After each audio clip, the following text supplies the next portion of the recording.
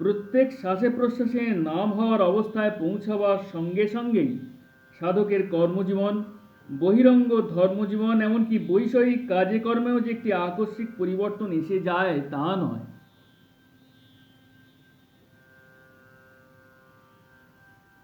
বাইরের দিক থেকে দেখলে এই সিদ্ধিলাভের অবস্থায়ও সাধককে অসাধারণ কিছু মনে হওয়ার কারণ ঘটে না।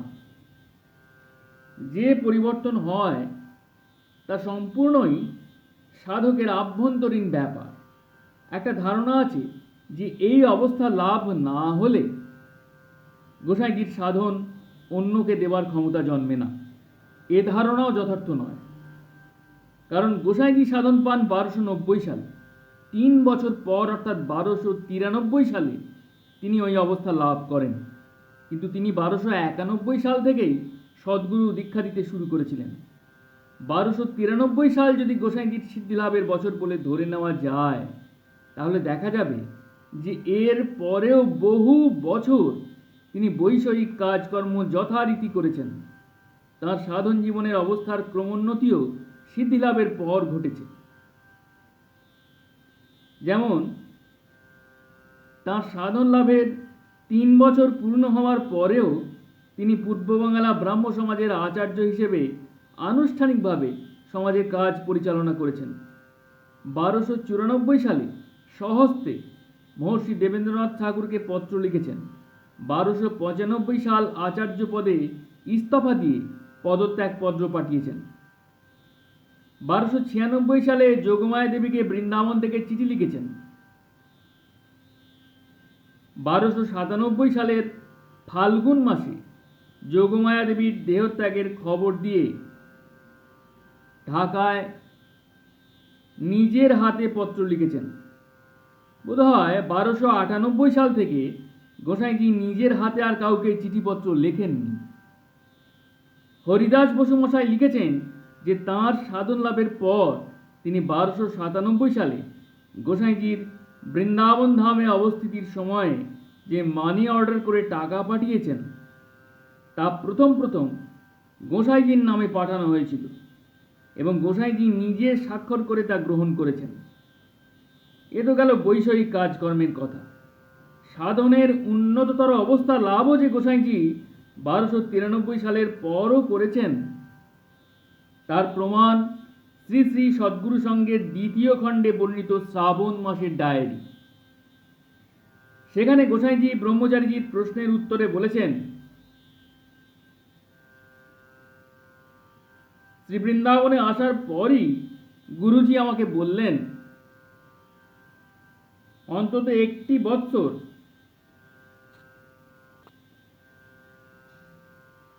এখানে আসন রাখতে হবে।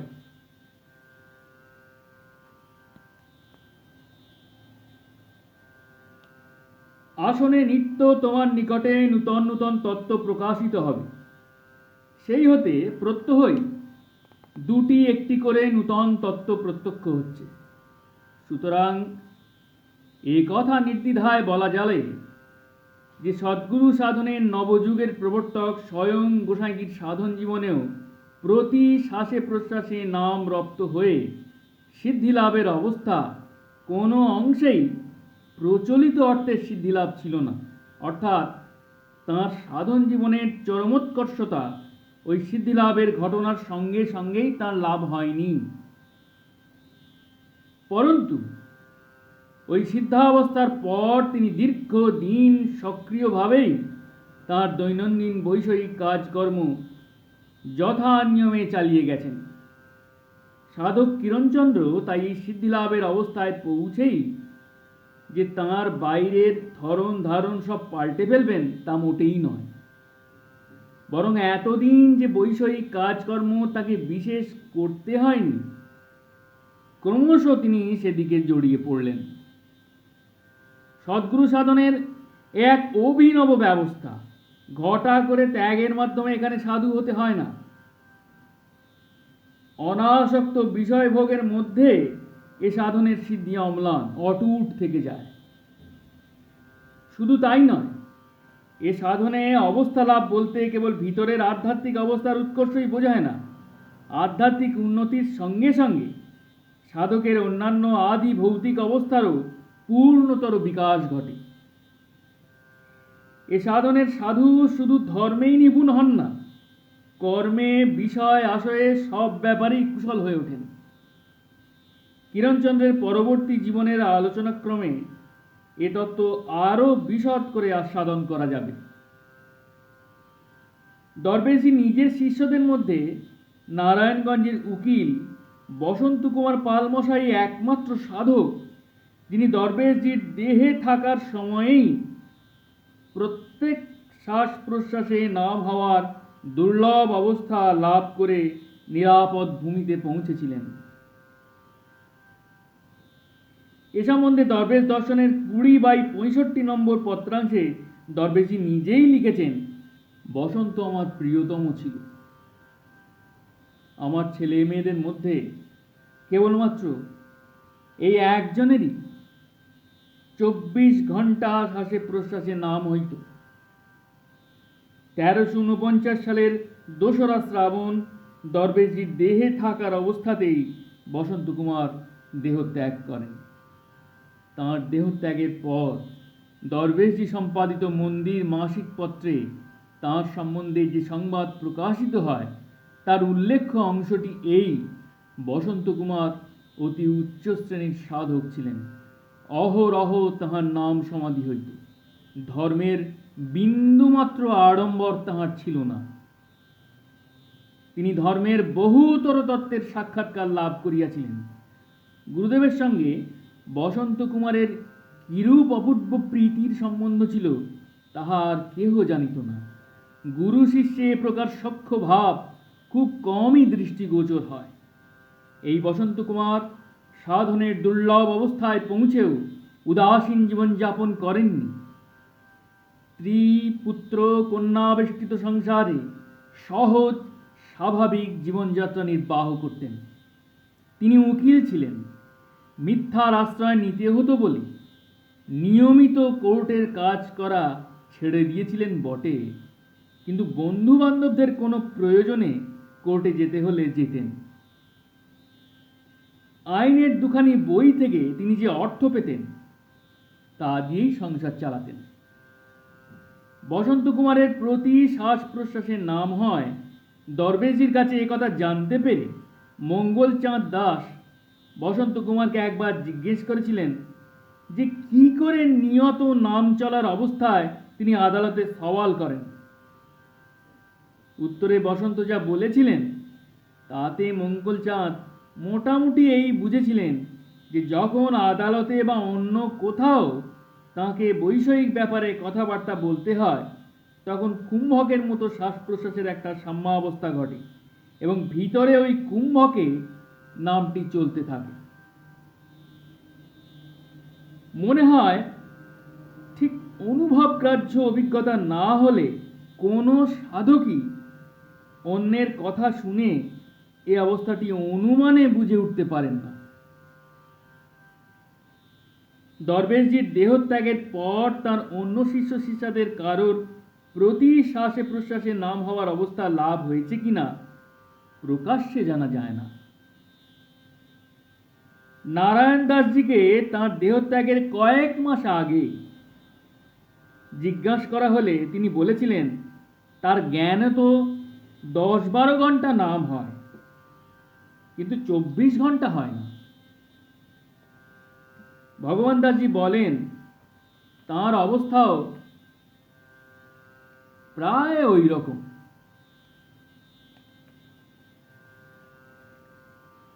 নিখিলানন্দজি অনুরূপ প্রশ্নের উত্তরে বলেছিলেন যে 24 ঘন্টা নাম হলে সে সাধক অন্যকে তা বলতে যাবেন কেন? তিনি এভাবে প্রশ্নটিকে এড়িয়ে যেতে চেয়েছেন। অসীমানন্দজিকে কেউ সাক্ষাৎভাবে এ সম্বন্ধে জিজ্ঞেস করেছিলেন কিনা জানা নেই, তবে তিনি নিজে সাধন দিতেন বলে তাঁর এই অবস্থা লাভ হয়েছে বলে অনেকেই অনুমান করেন।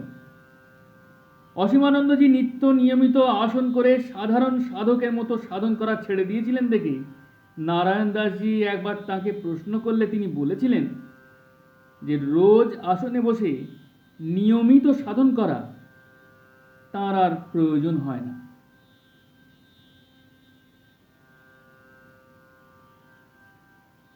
এ থেকে ধারণা করা যায় যে নামটি তার শ্বাসে প্রশ্বাসে গাঁথা হয়ে গিয়েছিল।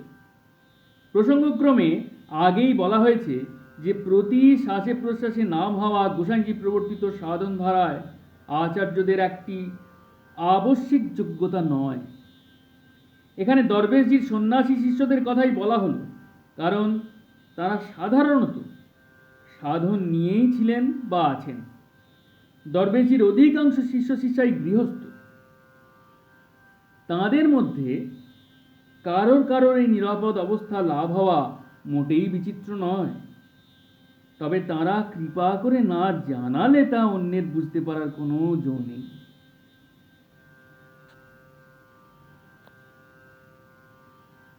মন তুই কাঙালি কিসে, মন তুই কাঙালি কিসে, ও তুই জানিস না রে সর্বনেশে,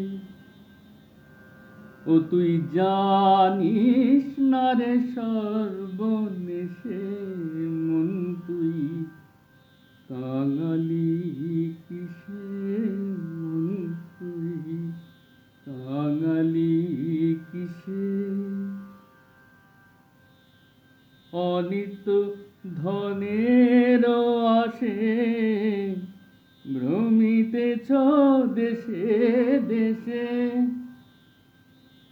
অনিত্য ধনের আসে ভ্রমিতেছ দেশে দেশে, ও তোর ঘরে চিন্তা মনি নিধি দেখিস না রে বসে বসে, ঘরে চিন্তা মনি নিধি দেখিস না রে বসে বসে, মন তুই কাঙালি কিসে, মন তুই কাঙালি কিসে।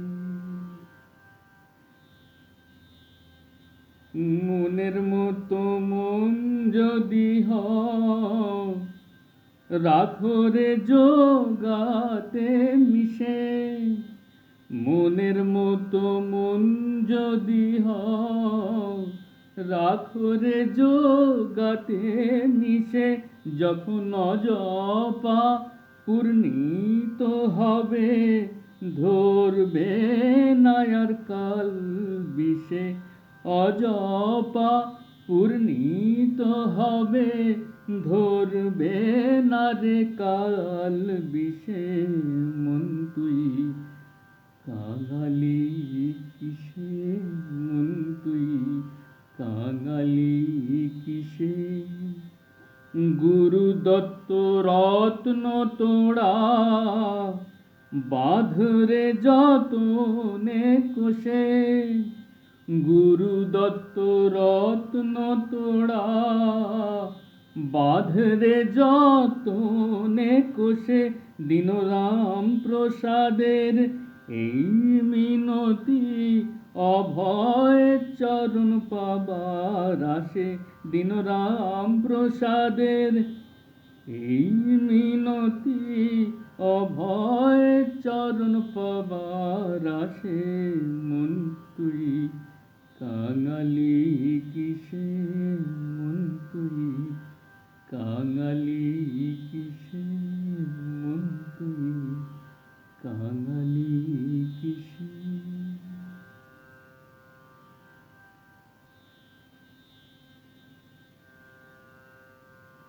জয় গুরু, জয় গোসাই।